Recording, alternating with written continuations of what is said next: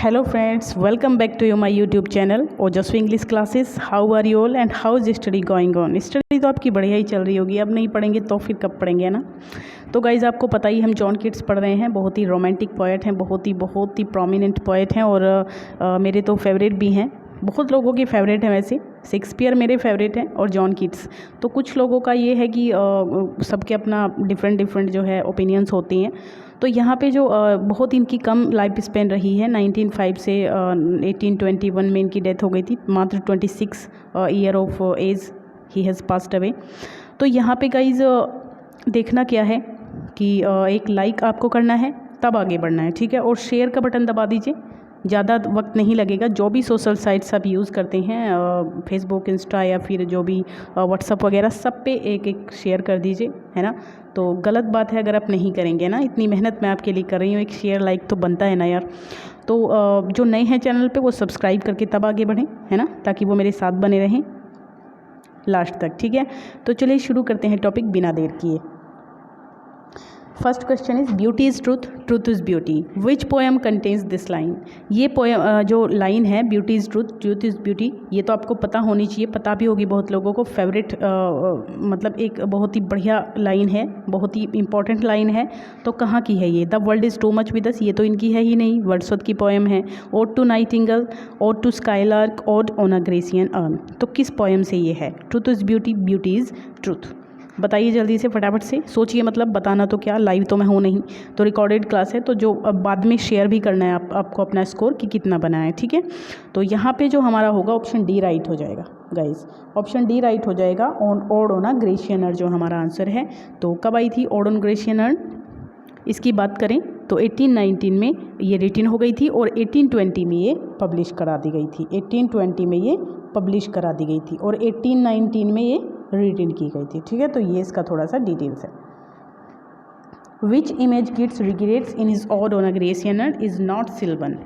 तो which image Keats regrets, कौन सी ऐसी इमेज है ऑड ऑन ग्रेसियन अर्न में जो वो सिल्वन नहीं मानते, जिसको is not sylvan. Of fair youth between the trees, of deities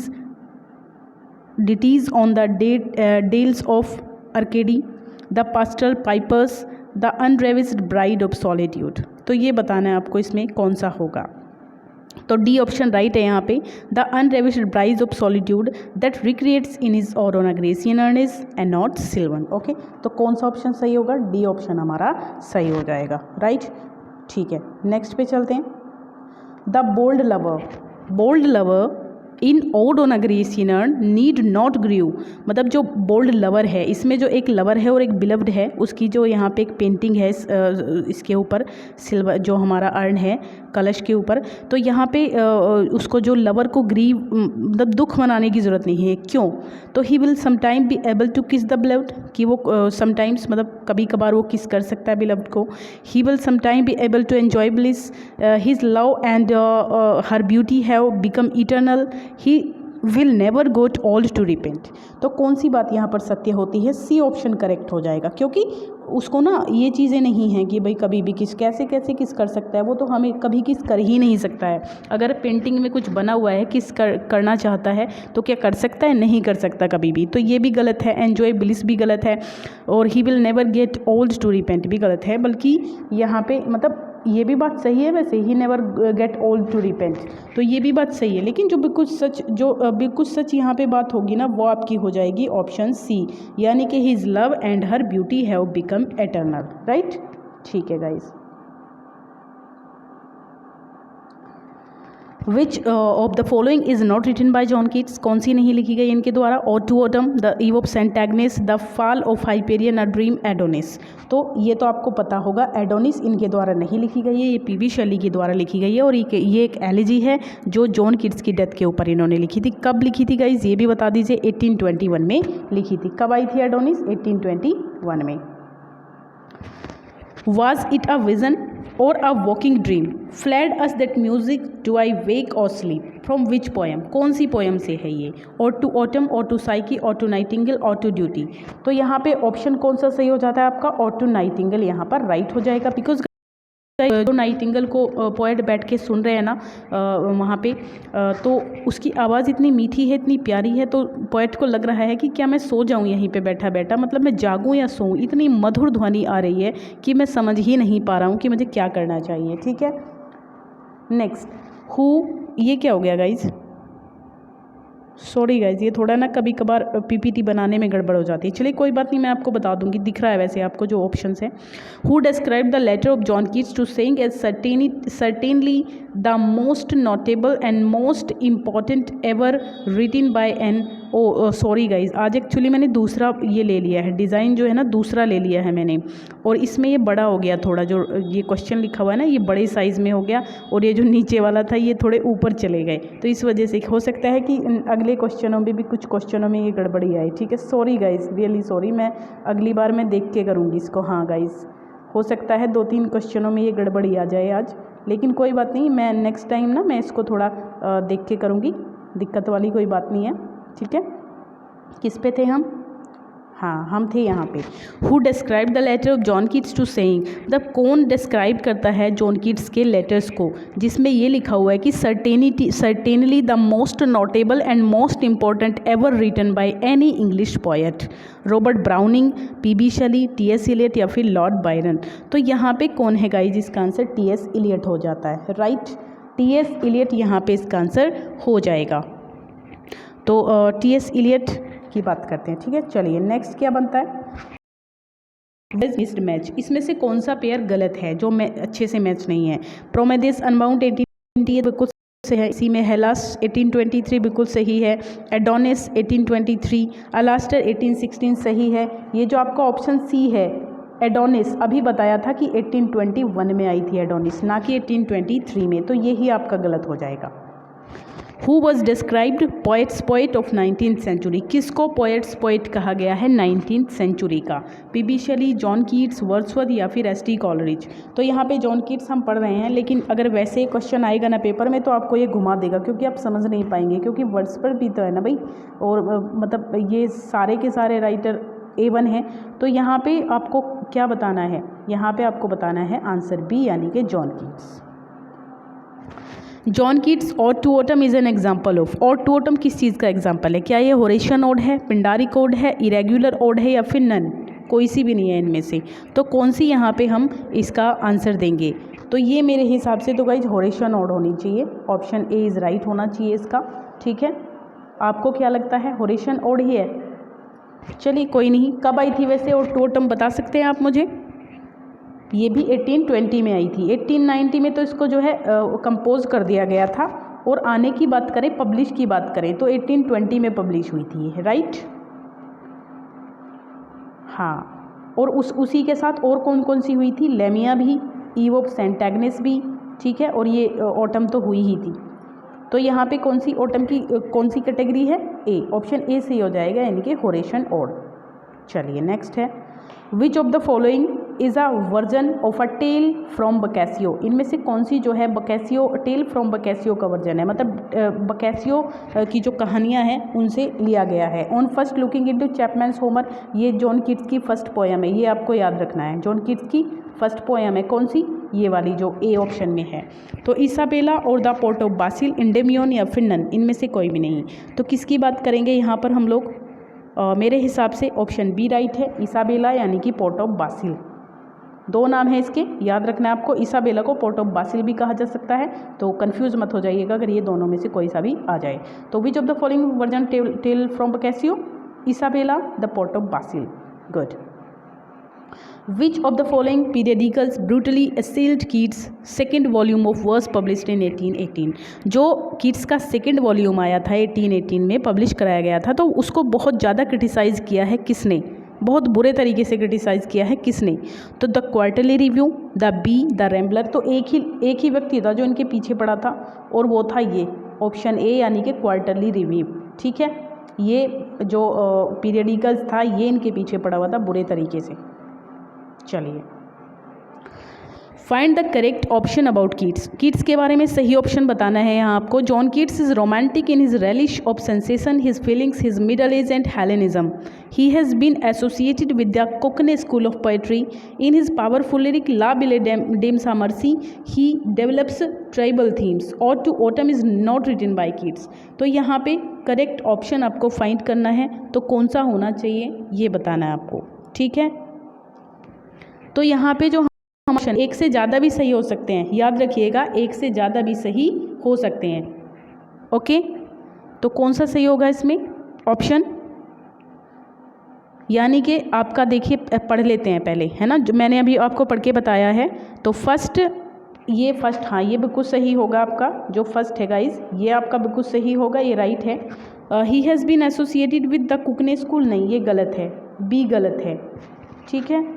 और इसके बाद नहीं बी गलत नहीं है गाइज, कुकने स्कूल से तो ये करते थे यार, है ना, एक मिनट, ये सही है, बी सही है इसमें, ठीक है। बी जो है इसमें बिल्कुल सही है अपना, ए सही है और बी सही है, ठीक है।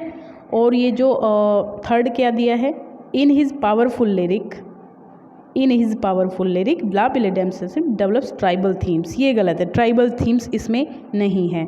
और इसको फोर्थ को देखें, और टू ऑटम इज़ नॉट, ये तो लिखी गई है इनके द्वारा, ये भी बकवास है ना, ये भी बकवास है, ये भी बकवास है। तो जो हमारा ए बी है वो दोनों सही हो जाएंगे, ठीक है। Endymion a poetic romance by John Keats was published in the year, कौन सी ईयर में पब्लिश हुआ था ये जो इनका था, 1808 में, 1818 में, 1820 में या फिर 1800 में, कब हुआ था इंडीमियन, कब आया था? तो 1818 में पब्लिश हुआ था। 1817 में इसको रिटन किया गया था, 1817 में बात करें तो रिटन, और 1818 में ये क्या हुआ था, पब्लिश कराया गया था। The poet served as an apprentice to a surgeon at Edmonton, North London, before he began his poetic career. Poetic career में आने से पहले इन्होंने क्या किया था गाइज, ये इन्होंने सर्व किया था एक अप्रेंटिस के रूप में सर्जन के पास, कहाँ पे, एडमॉन्टन में, नॉर्थ लंदन में। तो ये बात, ये जो है कौन से राइटर हैं हमारे, सॉरी कौन से पोएट हैं, जॉन कीट्स, जॉन कीट्स की ही बात हो रही है। अगर ये बात आ जाए कि अप्रेंटिस के रूप में, मतलब सीखा था कुछ दिन उन्होंने यहाँ पे काम रह करके, तो यहाँ पे जॉन कीट्स आ जाएगा। फिर इन्होंने छोड़ दिया, ये पोएटिक कैरियर बनाया इन्होंने आगे। I have loved the principles of beauty in all this, to whom Keats dedicated this line. इस लाइन को ये जो कीट्स हैं ये किसको डेडिकेट कर रहे हैं कि I have loved the principle of beauty in all this, Robert Southey को, लॉर्ड बायरन, E.A. पो या फिर थॉमस चैटरटन, कौन सा इसमें आपका आंसर रहेगा बताइए। तो मेरे हिसाब से इसमें आपका आंसर हो जाना चाहिए ये ऑप्शन डी, यानी कि चैटरटन को इन्होंने ये लाइन डेडिकेट करी थी। Thou still unravished bride of quietness, thou foster child of silence and slow time, poem are these lines taken. इसमें से ये भी गड़बड़ी हो गई है यहाँ पे भी, तो कोई बात नहीं है, आप ध्यान से देखिए, जहाँ पे भी ये लाइन मिल जाए ना, दाउ still unravished bride of quietness, तो बिना सोचे समझे और टू ग्रेसियन अर्न लगा देना, ऑप्शन ए सही हो जाएगा, और टू ग्रेसियन अर्न, राइट। चलिए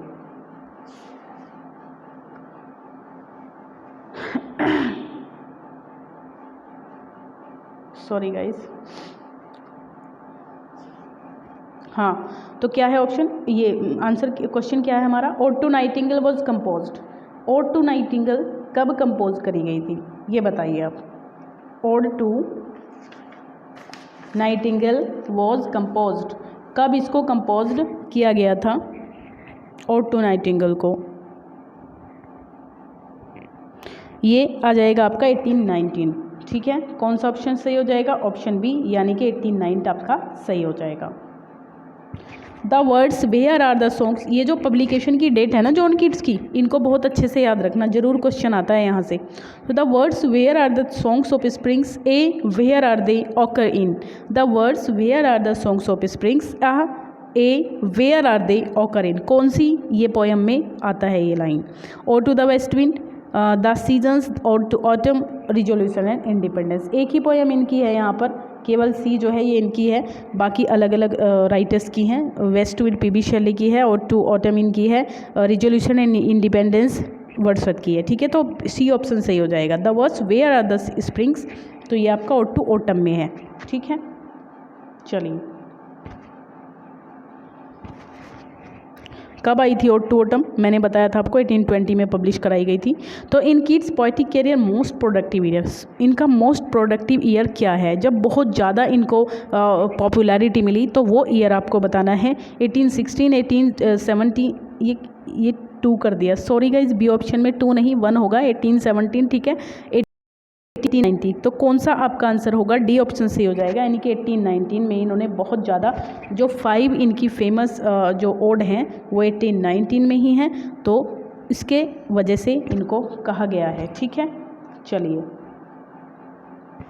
when Keats write about the beaker full of the blushful Hippocrene, तो यहाँ पर हिपोक्रेन किसको कहा गया है? The fountain of the horse, a spring sacred to the muses, mountain Helicon produced from a blow of Pegasus, या फिर both A and B, कौन सा होगा इसमें? तो डी ऑप्शन सही हो जाएगा इसमें, बोथ ए एंड बी, यानी कि the fountain of the horse, a spring sacred to the muses, Hippocrene कहा गया है इनको।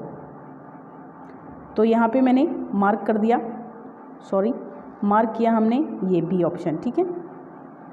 Who is John Keats silver historian, John Keats ने सिल्वर हिस्टोरियन किसको कहा है? फैनी ब्रॉने जो इनकी वाइफ थी उनको, नाइटिंगेल को, द ग्रेसियन अर्न को, या फिर द ब्राइड ऑफ क्वाइटनेस। तो सीधी सी बात है, ये बहुत आसान क्वेश्चन था, सी ऑप्शन सही हो जाएगा। जो ग्रेसियन अर्न था इसी को इन्होंने सिल्वर हिस्टोरियन कहा था अपनी पोयम में। She dwells with beauty, beauty that must die, beauty that must die, तो इस लाइन को देखते ही बताइए, इंडोलेंस, ऑटम, मेलंकली या फिर साइकी, कहाँ की ये लाइन है? ब्यूटी दैट मस्ट डाई, तो ये ऑड टू मेलंकली की लाइन है, ऑप्शन सी आपका राइट होगा, ऑड टू मेलंकली। 3 स्टेंजा थे इसके अंदर पोएम के। चलिए, कब आई थी? 1819 में।